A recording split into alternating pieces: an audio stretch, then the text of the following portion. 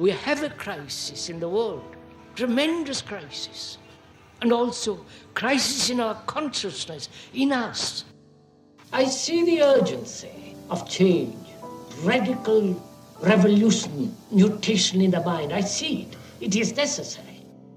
There is complete quietness of the mind, and that which is silent has vast space. Only then that which is nameless comes into being. This is Urgency of Change, the Krishnamurti podcast.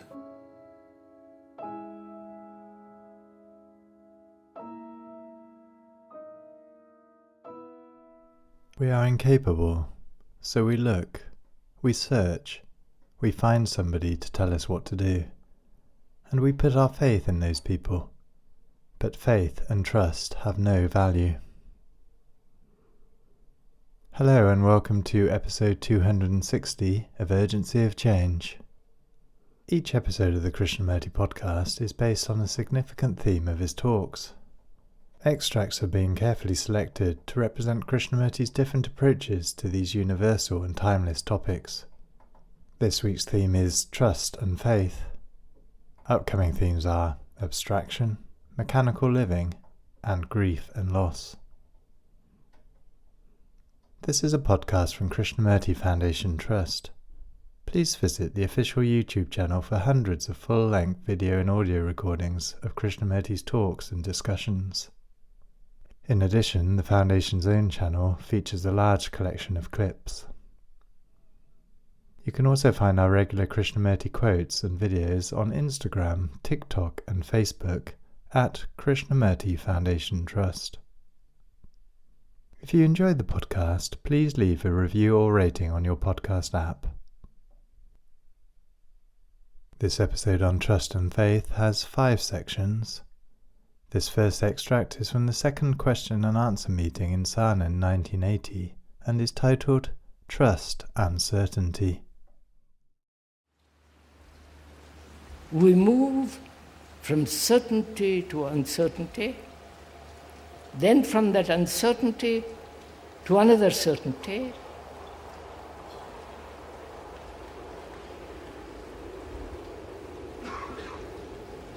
Trust this person, and then later on discover that he's not worthy of your trust, and move to another, and again put your trust in him, then discover he's untrusty. That's our life. Right?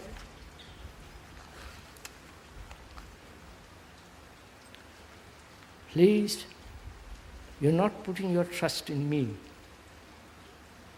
Be very clear. I won't have it. To me, that's the beginning of corruption.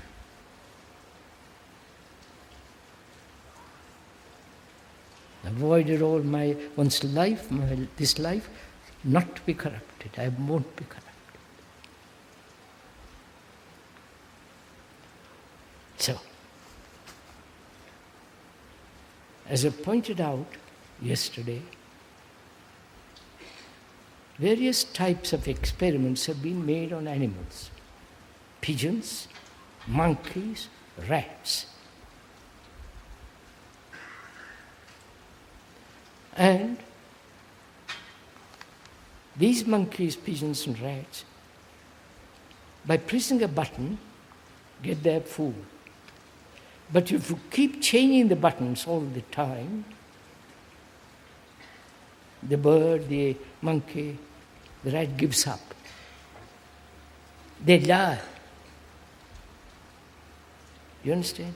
This constant movement from certainty to uncertainty, from trust to trust.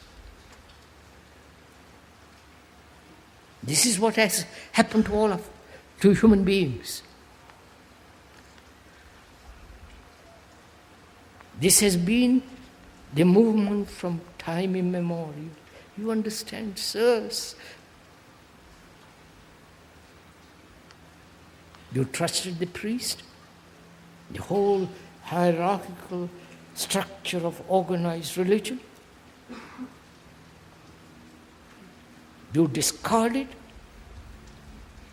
then go to another. It is the same thing in a different garb. There you put your trust, and again discover later on, good Lord, what have I done? And always seeking outside somebody who will give you hope, trust, certainty. Either in books, in philosophers, in priests, or in scientists, or in politicians. Right? And none of them have given extreme left, right, or center. So what is wrong with us?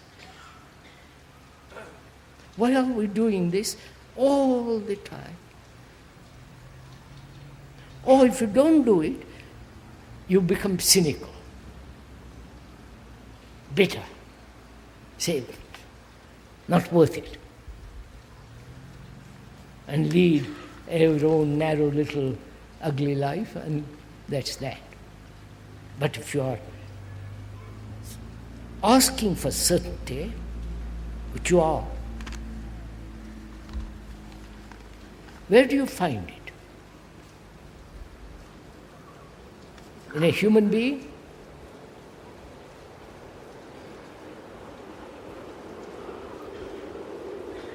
In a priest with his garb and with his mitre, with his all that? Or in India? Where do you find it? What is uncertainty? You follow my question? Where do you find it? In somebody else? In idea? In a concept? In the state? You understand what I'm asking? In having plenty of money and feeling completely safe? There is no such person anymore. So where do you seek certainty? Please? If you seek it, you won't find it. Right? Because you have sought it in everything around you. I used to know a man who one day walking,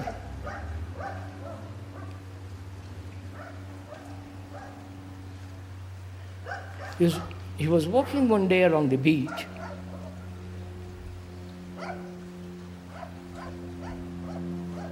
let no other dog bark. You know that saying?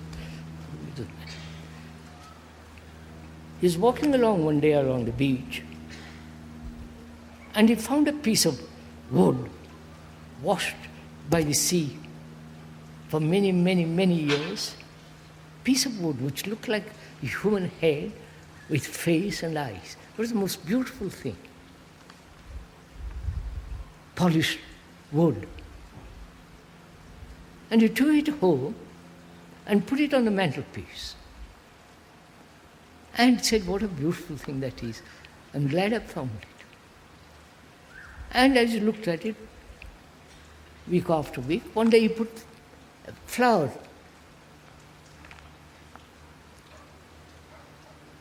Then a few days later, incense. And began to worship it.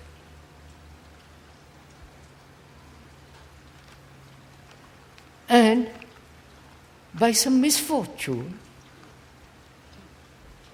by the maid or somebody, by misfortune burnt it, pushed it in the fire, burnt it. He came to me and explained to me the whole thing. And he was literally a grown-up man in tears. You understand what I'm saying? There was his certainty in a piece of wood. So, where do you seek it? If you don't seek it anywhere outside you,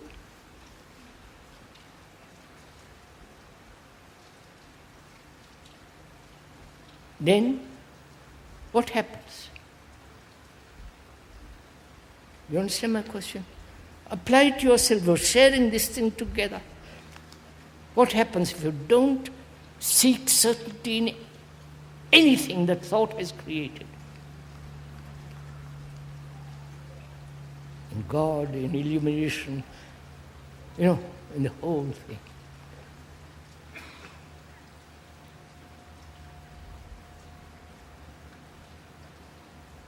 So you don't ask for certainty.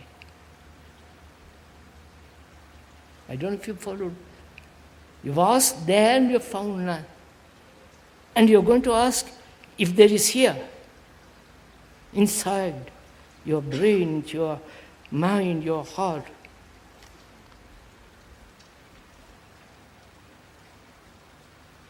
And your brain is volatile. Moving, changing, adjusting, breaking one pattern, taking another pattern. The same phenomenon which was out there is happening inside. I wonder if you understand all this. So, the moment you don't seek certainty, certainty is.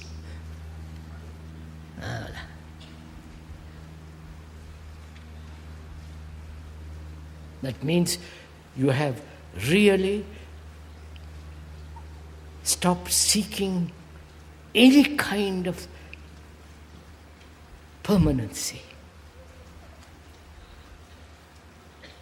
in yourself or in there. If you have sought it there, you turn inward and you discover it's the same thing. Can I trust myself?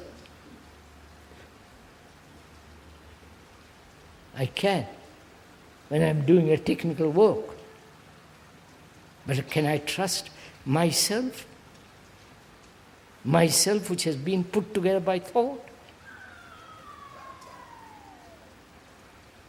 And thought has put trust in you. And your thought has discovered there's no trust there. You follow? It's the same movement. So when you don't seek certainty, there's something far greater than certainty.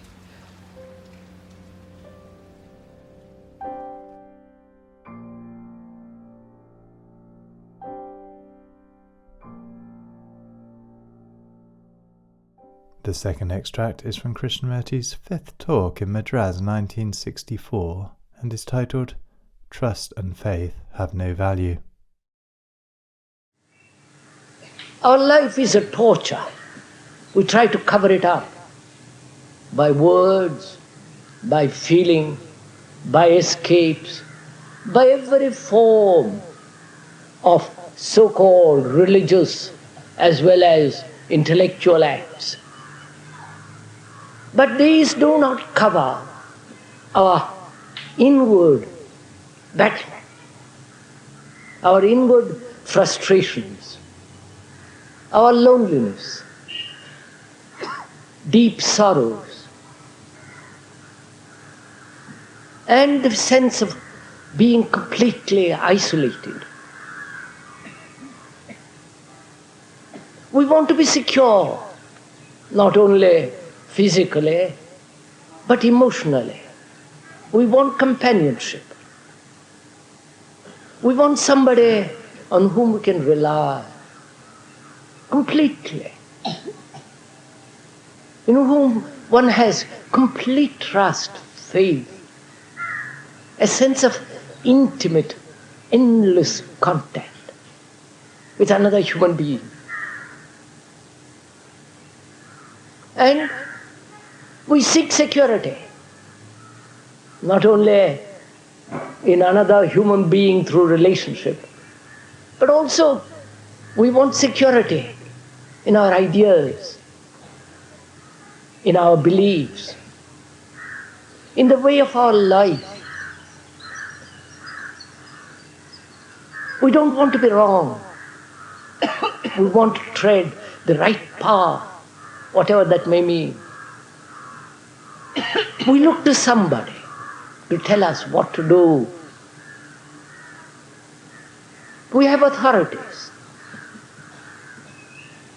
an infinite lot of tradition. And we have to live with all this at an intellectual level, emotional level, physical level, at a psychological level of loneliness, emptiness, sense of despair. We have to live with ill health and infinite boredom with life. Going to the office every day of your life for the next 40 years or 50 years, or you've been to the office for 40 years, doing the same thing over and over again. And at the end of one's life, there is nothing left. One has burnt out. Or one begins life with certain convictions.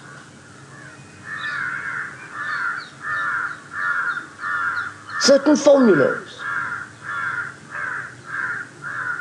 And one has great intentions.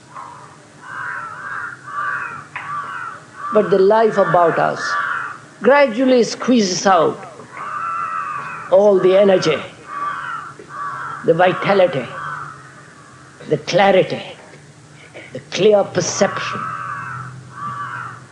And we are left with our souls empty, lonely, in despair and in sorrow. This is our life. This is our daily, actual, everyday life. And realizing that, we try to find something transcendental, beyond, far away, which has nothing whatever to do with our daily life.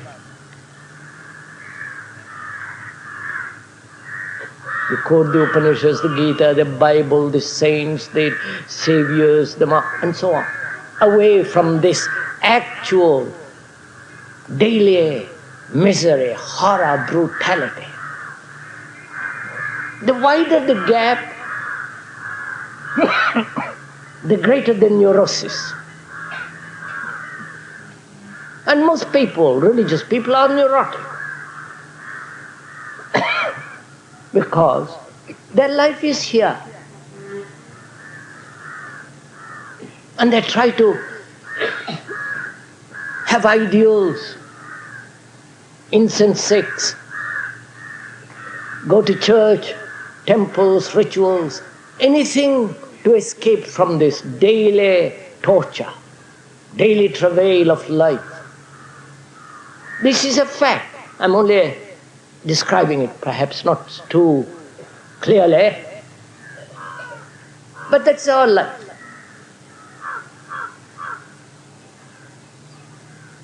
And unless we change here, in our daily life, in our outlooks, in our activities, in our ways of thought, feeling, for this is reality, not the other.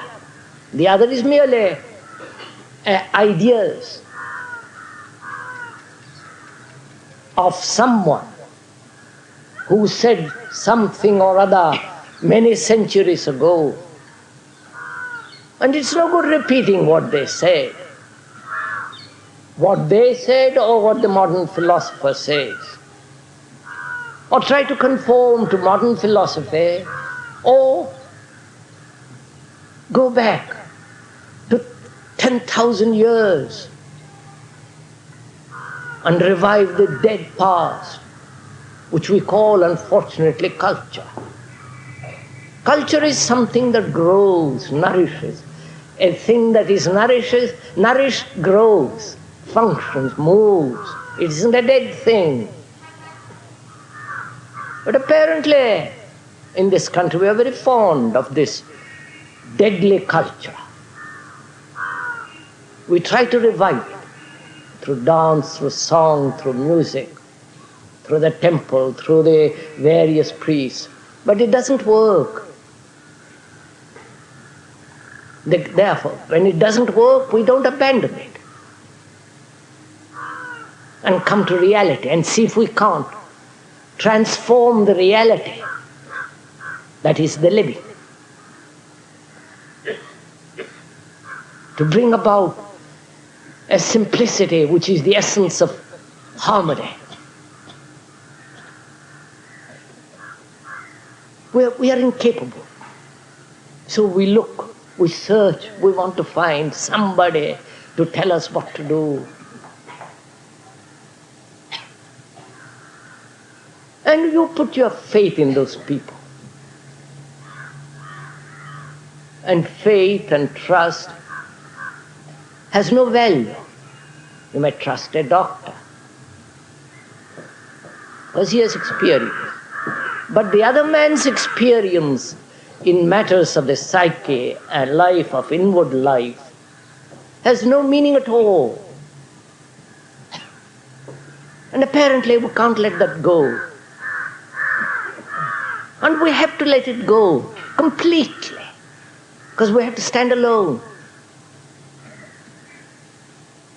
And that's one of the greatest fears we have. Fear being the feeling of uncertainty, the feeling of danger, the apprehension of something we don't know.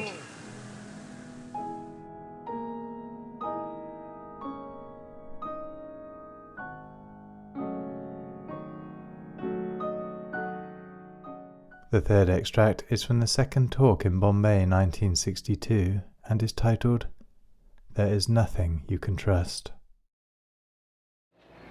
We are not doing propaganda. We are not trying to convince you of anything. Because a mind that is convinced, that has come to a conclusion, is a dead mind.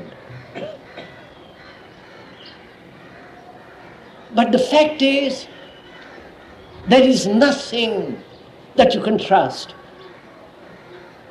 And that's a terrible fact, whether you like it or not. Psychologically, there is nothing in the world that you can put your faith, your trust, your belief in. Neither your gods nor your science can save you, can bring you psychological certainty. And you have to accept that you can trust in absolutely nothing.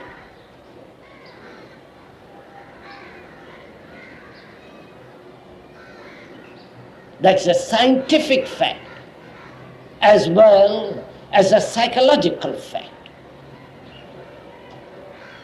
Because your leaders, religious and political, your books, sacred and profane, everything has failed because you are still confused, in misery, in conflict. So that is an absolute, undeniable fact. And we are going to examine one of the major psychological social structure, which is authority.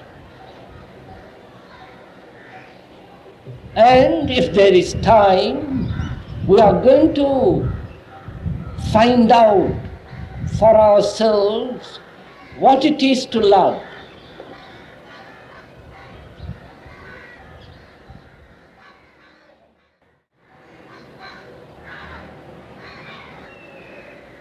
We are going to question experience. A mind that is seeking experience is an immature mind.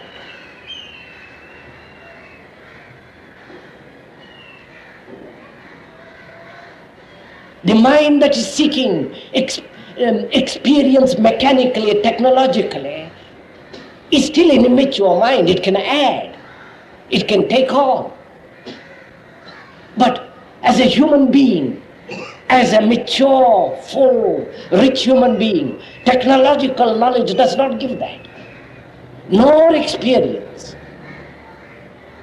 Because what is experience based on?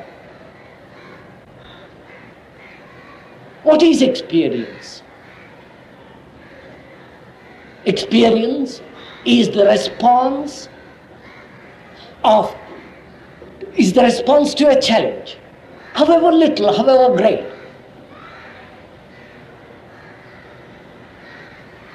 When you see those crows flying, that's an experience.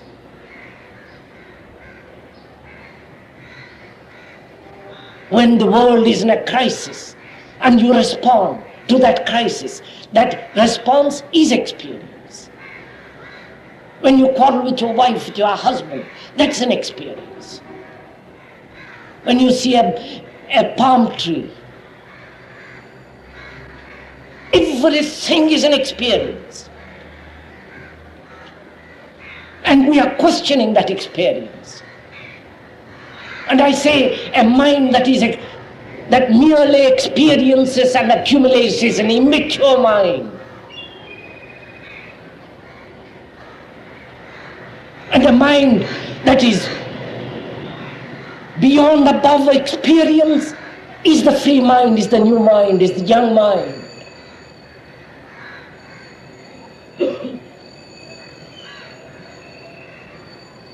So, experience, the translation of every challenge is experience. And the translation of the challenge and response is based on our conditioning, on your previous knowledge, on the past, on the tradition. You don't experience something new, you cannot. You're always translating something new in terms of the old, in terms of your tradition, in terms of what you already know, what you have gathered, what you have accumulated, what you have stored up. The past dictates, shapes the response. I insult you, or I flatter you, that you remember. And when you meet me next time, you respond according to that insult or to that flattery. That is an experience, that is based on knowledge.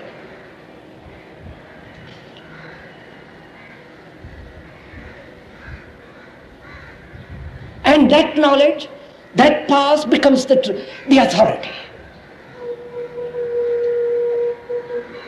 And according to that experience, according to that knowledge, we shape our life, our thought, our conduct. And when you question that experience, that authority based on experience, then you have nothing left.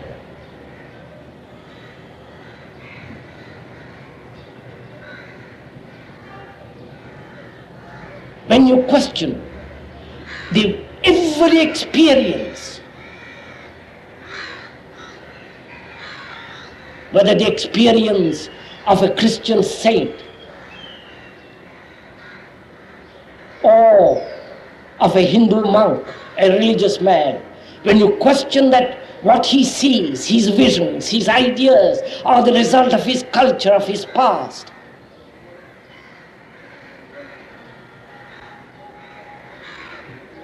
they are worthless. They have no meaning. They are merely the projection of the past, of what he has learned, how his mind has been shaped by society. So,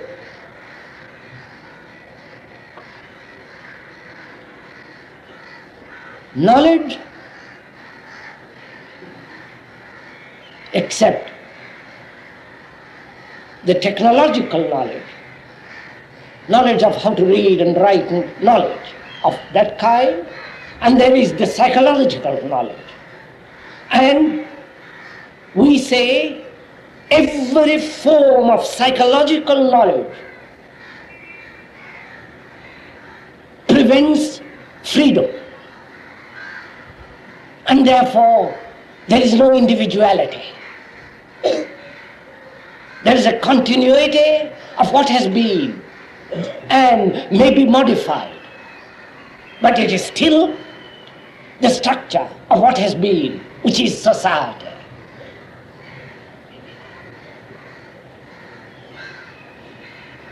Please follow all this.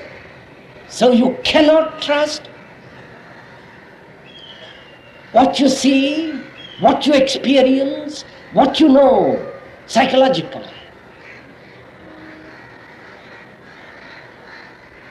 So obedience has lost its meaning. Authority has no longer any significance except the authority of law, which is denied by the politicians when it suits them. They go to war when it suits them. They obey that law when it suits them.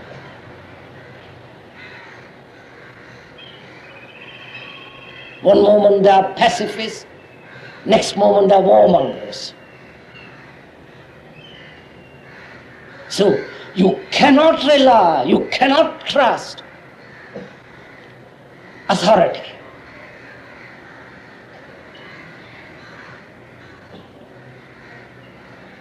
And in the very process of investigating authority, as we are doing now, you don't revolt against authority of the father, mother, or the psychological structure. By the very process of investigating, through that very inquiry, your mind begins to discipline. Because that to inquire, to investigate, you need a very sharp mind, a fearless mind.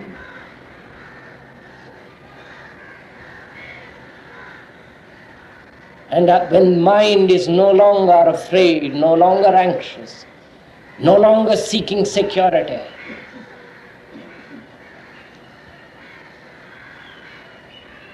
then out of that comes an extraordinary discipline.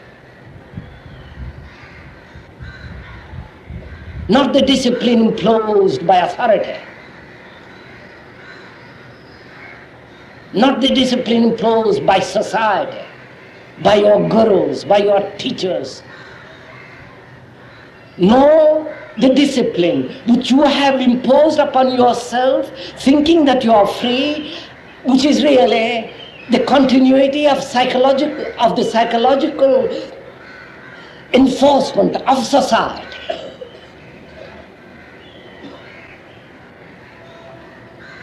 Please follow all this. When you say, I'll discipline myself according to a pattern, not set by anybody, but my own experience. Your own experience is the result of your past, your conditioning. So you can't trust your discipline, because that discipline narrows the mind, destroys the mind, makes the brain inadequate, dull, insensitive.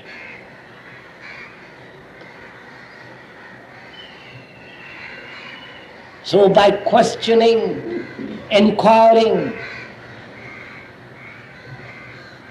out of that comes an extraordinary discipline in which there is no enforcement, in which there is no imitation, no conformity, because there is no pattern to conform, because there is no security.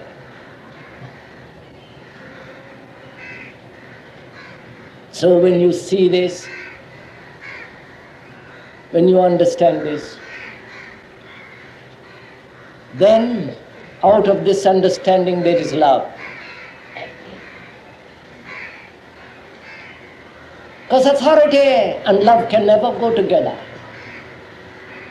Nor attachment and love can ever abide together.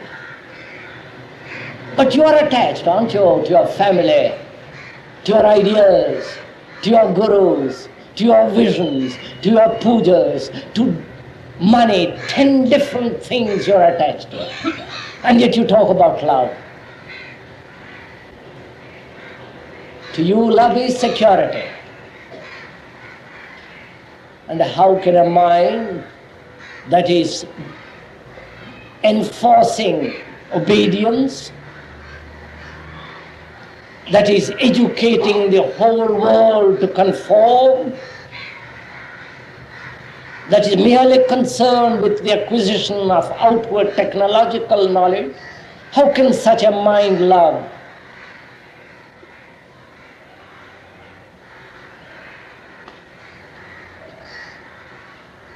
All that you want is security for yourself and for your children. That's all you are interested in. And to see that they conform.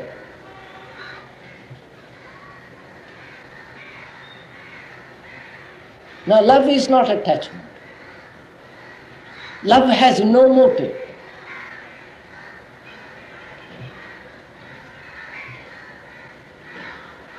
And it's very arduous, it requires enormous work, psychological work. Not sitting under a tree or doing puja or disciplining yourself, that's not work, that's immature, childish playthings. But to deeply inquire into yourself, go to the very end of that inquiry. And out of that freedom, there is love. But you say, most of us are satisfied to live superficially.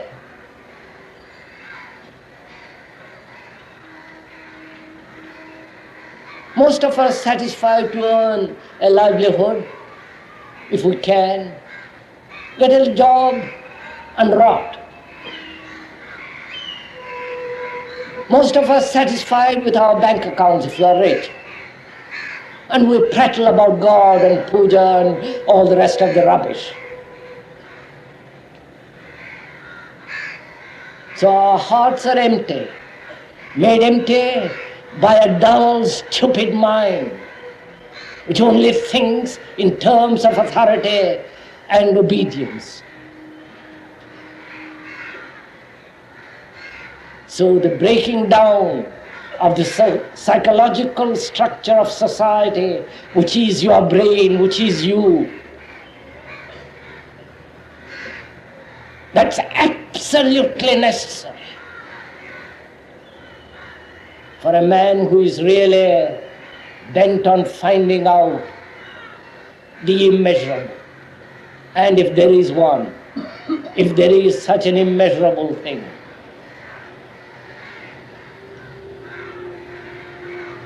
so, authority which breeds power is evil. I mean as evil as the snake, because it is as deadly poisonous as the man in power, in position, in prestige. A religious mind has nothing to do with such people.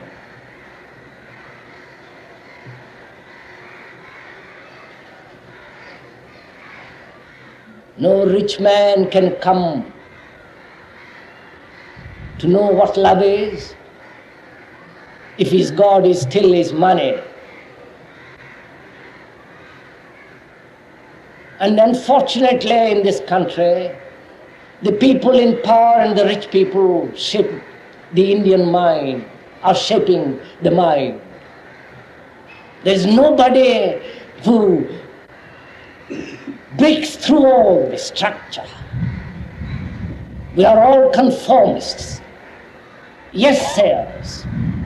Not one says no. And the saying no is not a revolt, but the understanding, psychological understanding of this whole structure which has built the present society. So a man who would be free, who would understand what is the real, he must break through the psychological structure of society. That's the first thing to do. Not puja, not go to temple, churches and all the rest of it. They have lost their value completely. You cannot put your trust in any one of them. You must stand completely alone. And there is beauty in that aloneness. For that aloneness is love.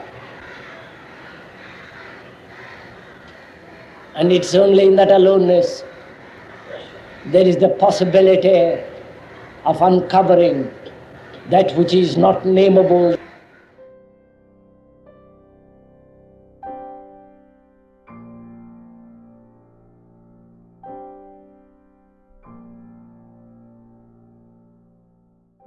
The fourth extract is from the first question and answer meeting in Bombay, 1984, and is titled, What is Faith? What is faith?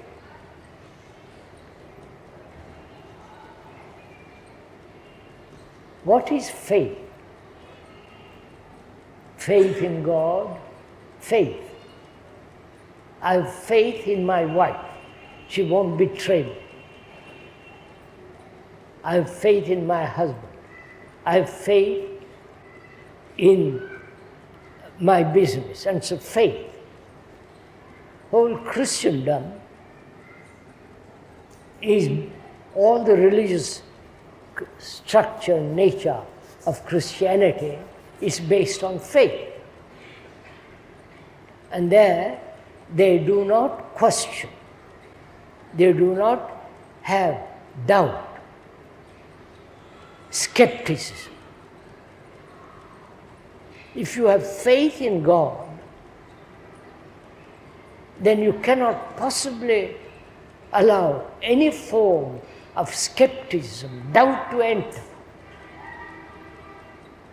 Or in the Islamic world, but in the Hindu world and in the Buddhist world, doubt is one of the necessary qualities to cleanse the mind, brain. You have faith, haven't you, all of you? Believe. Have you ever questioned your belief, your faith, and your illusions? Or you just accept them? When you have faith, you put aside altogether any question of investigation. Suppose I believe in God, have faith in God, then every question, every doubt must be set aside. Because my belief in God is based on fear.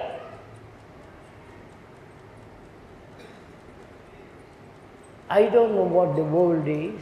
Somebody has created it. And I like to think God has created it. That's one kind of belief. The scientists say there is no such thing as God. It is a natural growth of evolution from the cell into a very, very, very complex cells of the human mind, brain. So, why do we have faith? Isn't that very restricting, narrowing down, limiting? And doesn't faith divide people? Christians' faith and Islamic faith, and the Hindus who probably have no faith about anything at all. And so there is constant conflict between them all. You see, there is also another complex question involved in this. Why do we have ideals? The whole communist world is based on the theoretical supposition of Marx, Stalin and so on, Lenin, that they are their gods. And they believe in what they have said, as Christians believe in what the Bible says, or the Quran, or you with your Gita, Upanishads, or something else. You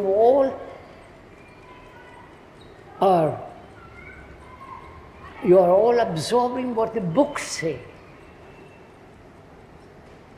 But you never, for yourself, question the whole thing. Because the moment you question, doubt, you have to rely on yourself. And therefore you are frightened. Therefore, much better have faith in something illusory, something that doesn't really actually exist. But if you know for yourself, I have to understand my own life. I have to see if it is possible to bring about a great revolution in my life. Then you start from there. But if you have faith in something, you are living in an extraordinary, illusory world.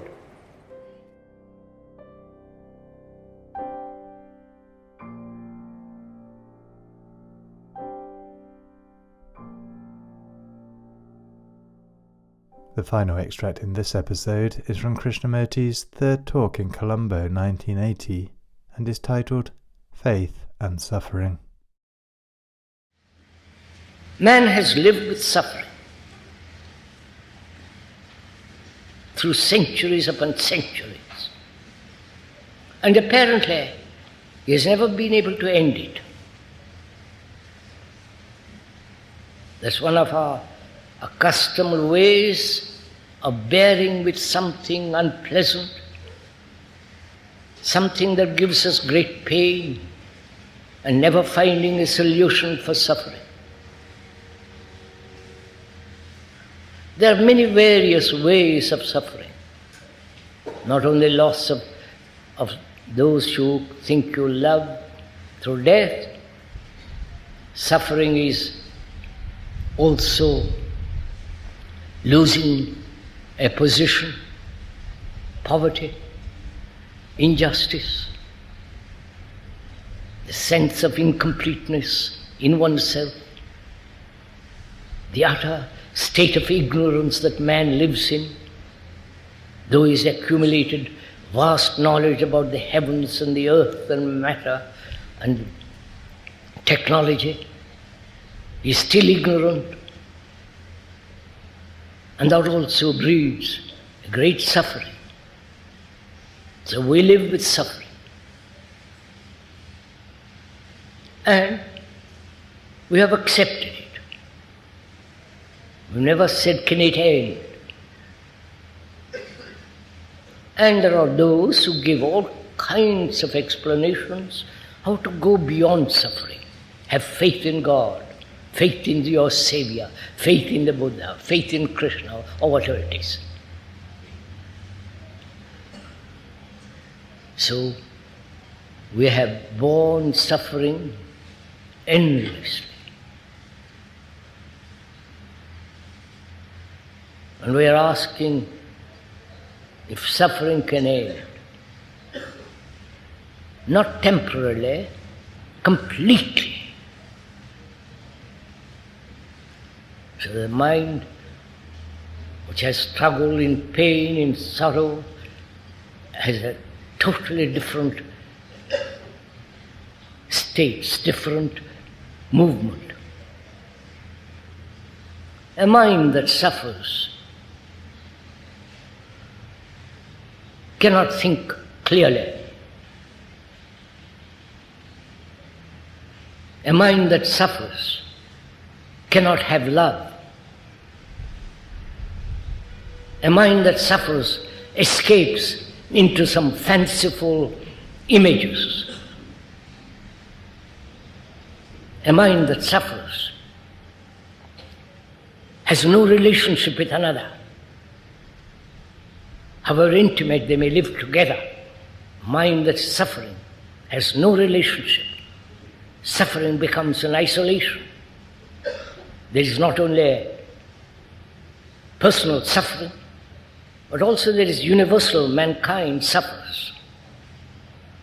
Suffers after the wars, the shedding of tears of millions and millions and millions of people. The mother losing a baby. The man who wants to fulfill an ambition, wants to be a great man, and is incapable, therefore he suffers. And we have found comforting solutions for suffering. So when one suffers, one seeks comfort. And that comfort may be in actuality or in illusion. In some romantic, illusory fancy. And we are asking if there is an end to sorrow. Don't say, please, if you are a Buddhist, we've heard this before. The Buddha said, which means what? You are merely repeating what someone else has said. But you haven't solved the problem. Merely quoting somebody, however great he may be, is not the solution of suffering. So please find out if sorrow can end. Well, without the ending of sorrow, there is no compassion.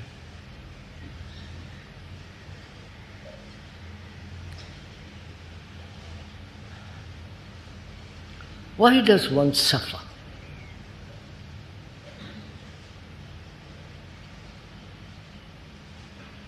You all know what suffering is. But we have never asked why and gone into it, not depending on anybody, not depending on the Buddha or what he says, or what other religious leader has said in other countries. Put all that aside. Because what they have said may be true or may not be true. But you as a human being suffer. And if you do not solve that problem, end it, resolve it, your life becomes more and more mechanical,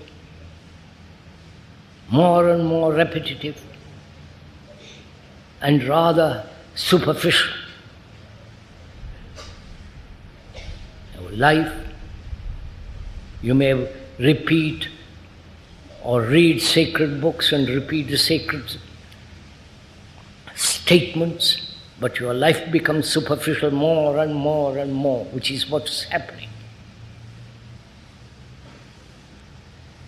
So it's important, if we will, to inquire, sorrow ends.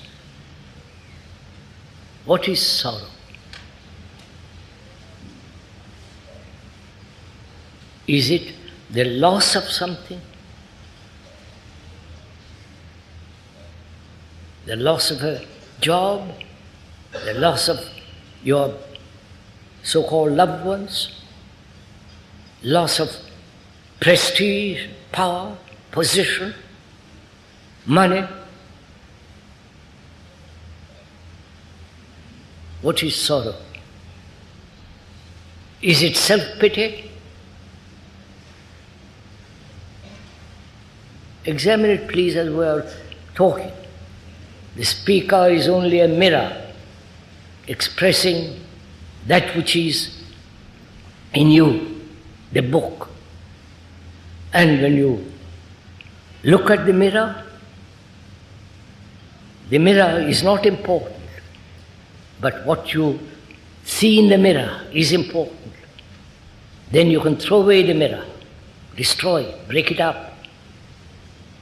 Otherwise you make the mirror into an image. So, what is sorrow? The loss of someone, the loneliness of man,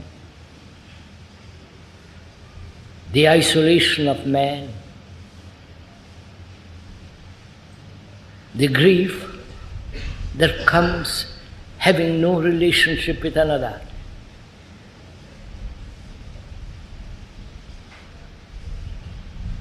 And ultimately, death. As we said, is it self-pity? Examine yourself, don't be shy of these things. One has to be very precise in examining these things. Is it self-pity? The loss of someone in whom you have put all your affection, your care, your so-called all that in someone, and that someone dies, goes away, runs away, rejects you, and you feel so utterly miserable. That's one form of grief. The other, your mind has become so traditional, so repetitive, mechanical, and you can't see something immediately, something that's true instantly. That's also a great sorrow. And as one grows older, disease,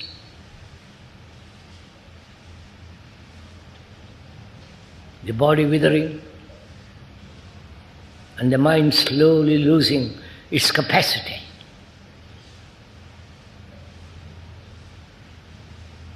Some of these are the factors. And looking at all these factors, you'll have to find out what's your reaction to these factors. Your reaction, how you respond. That is, you want power, you want money, you want position, you want justice, you want a social revolution. You want to find, if you are really serious religious person, you want to find that which is timeless, which is truth. And a mind that is confused, uncertain, insecure, is always suffering. So is it also a factor?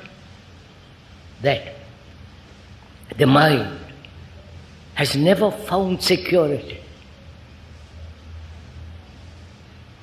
One may have security in a job, one may have a security in your family, which I doubt, which one doubts always, a security in your belief. There is no security in belief whatsoever, or in faith. Because doubt destroys faith. Doubt tears apart all belief.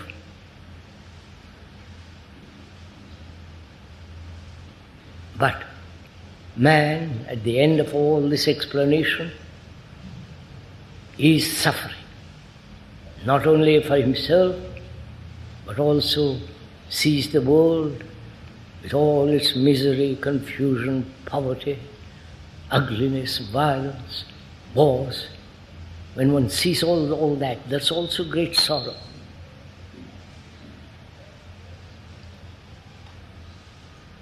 Can sorrow end? The speaker says it can. You cannot accept what he says, ever. He is not an authority. He is not a guru. You are not his followers. The follower destroys the guru, and the guru destroys the follower. So, can one see the nature of suffering and not run away from it? Not try to find comfort,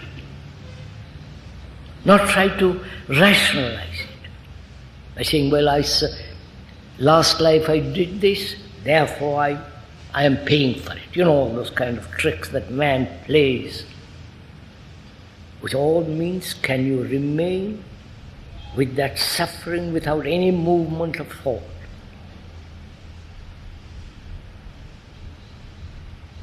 The moment thought comes into being and says, I must find a way out of this, suffering still remains. You are merely running away from it. But if you remain completely, immovably with that thing which you call suffering, then you will see that suffering completely ends and there is a totally different beginning.